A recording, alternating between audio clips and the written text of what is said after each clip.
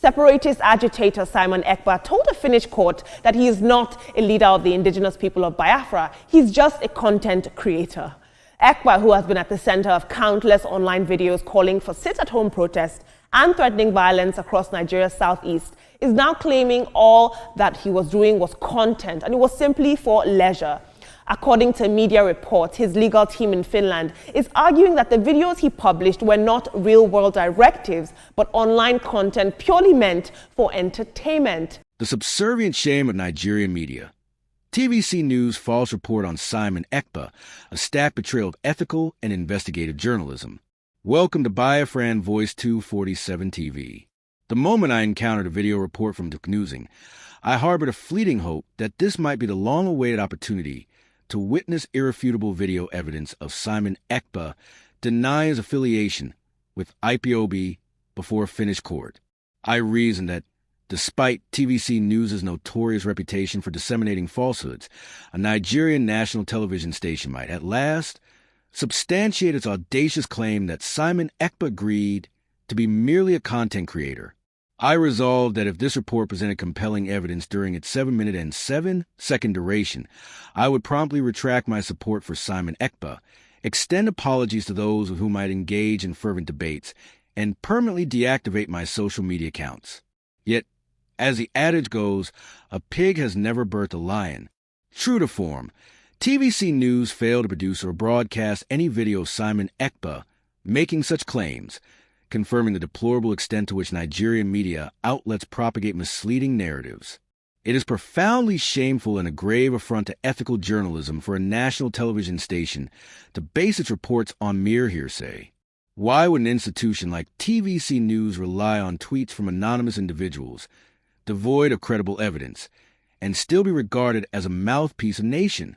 Such practices are indefensible. It is now indisputable that ethical journalism is virtually non-existent in Nigeria. These media houses are nothing more than government lemmings, utterly bereft of the core principles of investigative journalism: truth and accuracy, and public interest and accountability. Investigative journalism demands an unwavering commitment to uncovering and reporting truth grounded in verifiable facts, evidence, and data. A principled journalist prioritizes accuracy over sensationalism or haste, ensuring reports are credible and trustworthy. Yet, TVC News, alongside its peers in Nigerian media, indulges in copy and paste and click-farming journalism. Such practices erode public trust, propagate misinformation, and prioritize profit over truth. They fuel societal polarization, undermine informed decision-making, and diminish accountability. By relying on unverified viral assertions rather than substantiated evidence, these outlets risk fostering division, confusion, and erosion of democratic discourse. Click-farming and dependence on public or viral assertions undermine the ethical and moral foundations of investigative journalism, prioritizing sensationalism and profit over substance, and distorting facts to capture attention.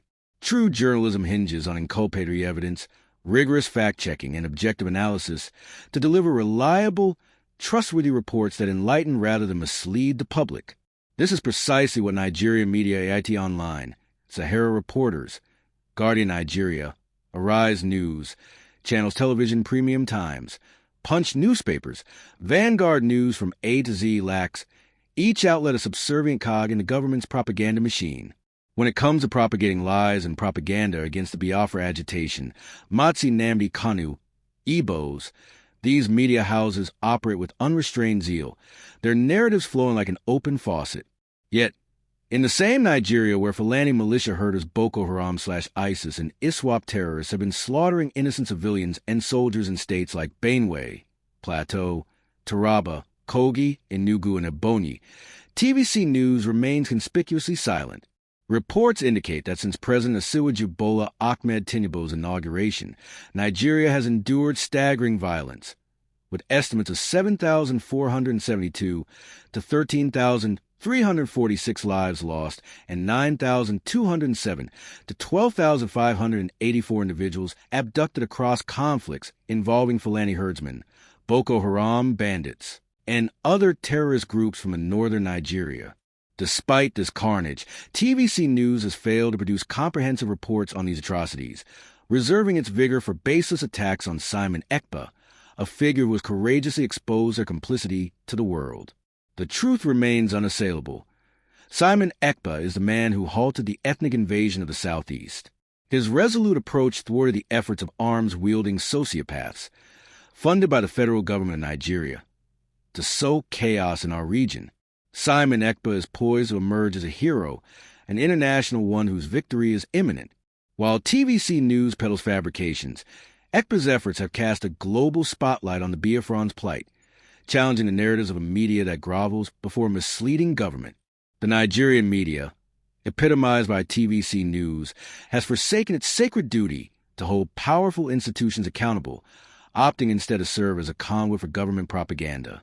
This betrayal of public interest and accountability is a blight on the nation's conscience, a stark reminder that true journalism in Nigeria has been supplanted by subservient propaganda that thrives on lies, click farming, and sows division.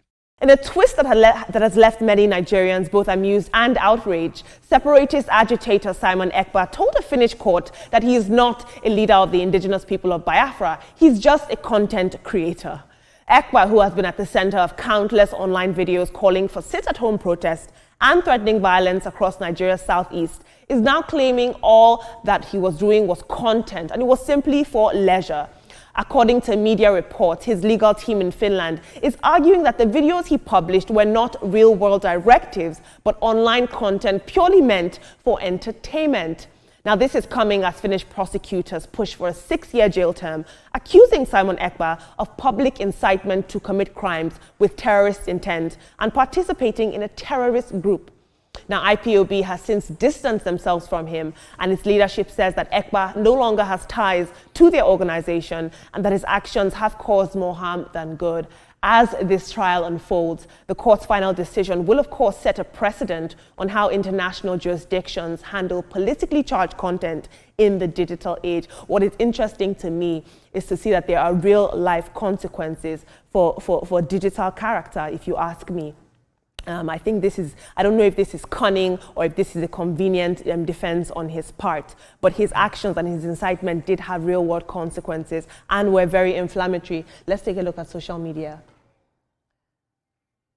@Afam says, just finished listening to Simon Ekpa's court proceedings and I'm honestly in disbelief. During cross-examination, he completely distanced himself from IPOB, claiming he's merely a content creator. According to him, everything he's done was simply acting, nothing more. That doesn't sound like a very courageous leader to me. We'll take one more tweet.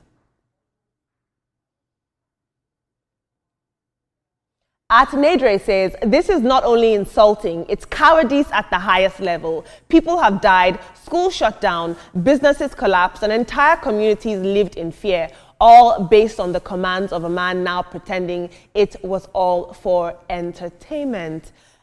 Team, this is very, very interesting. And for Simon Ekpa, I've seen some of his videos, very inciting videos, and you call that content creation? Maybe he should go to school again to find out what the meaning of content creation is all about, because to me, those things he did is not content creation, it's inciting a society. I mean, a number of businesses were destroyed as a result of his statement. A number of people lost their lives as a result of his statement. People could not go out of their houses, so businesses were lost. Billions of naira lost as a result of his kind of entertainment. Mm-hmm. What are we saying? What is entertainment? In fact, those that are defending him, where is your conscience? That's my concern. People have lost their life as a result of your kind of entertainment and your kind of content creation. And you stay in your house, dancing in your videos, inciting people, and you have the guts to say it is entertainment? How? I recall that this man in prison had actually said that he has no connection with Simon Ekpa. He mentioned it several times in court because he's being prosecuted as we speak. So I do not want to talk about him that much. But it is sad to see that Simon Ekpa is speaking in this manner and his defense counsel are also speaking in the same light. We must see justice not just done, but seen to be done at the end of the day, because he has to give account for the lives and the properties that were destroyed. I want to start with Mr. Ekpa, because I've seen his videos on social media, and Olamide, trust me, when I came, that was yesterday, I came across a post on social media that said he was creating content. I was totally, you know, I don't even want to use the word I want to use. First of all, we can call him a coward, because he made all these things. He made all these things, and then now you see he sees that problem is coming and he's saying it's content. It was not content. It was never content. I don't know if he understands the impact of those videos he was making, the impact he had on many people.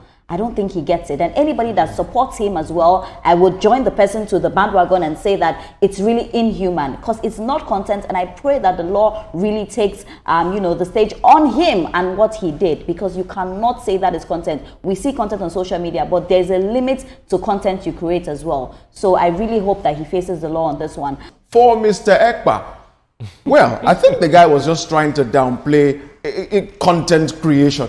Maybe he needs to redefine what he defines as content creation, because at the end of the day, you cannot be putting such kind of violent, vile, viced languages out there on air, and then at the end of the day, you say that it was an entertainment. Man, that cannot be an entertainment that leads to loss of lives and property. So I think we need to look at this again. Again, the government, when they talk about regulating social media space, some of us, you know, raise a hue. But look at what this has done. This was on social media for a number of periods.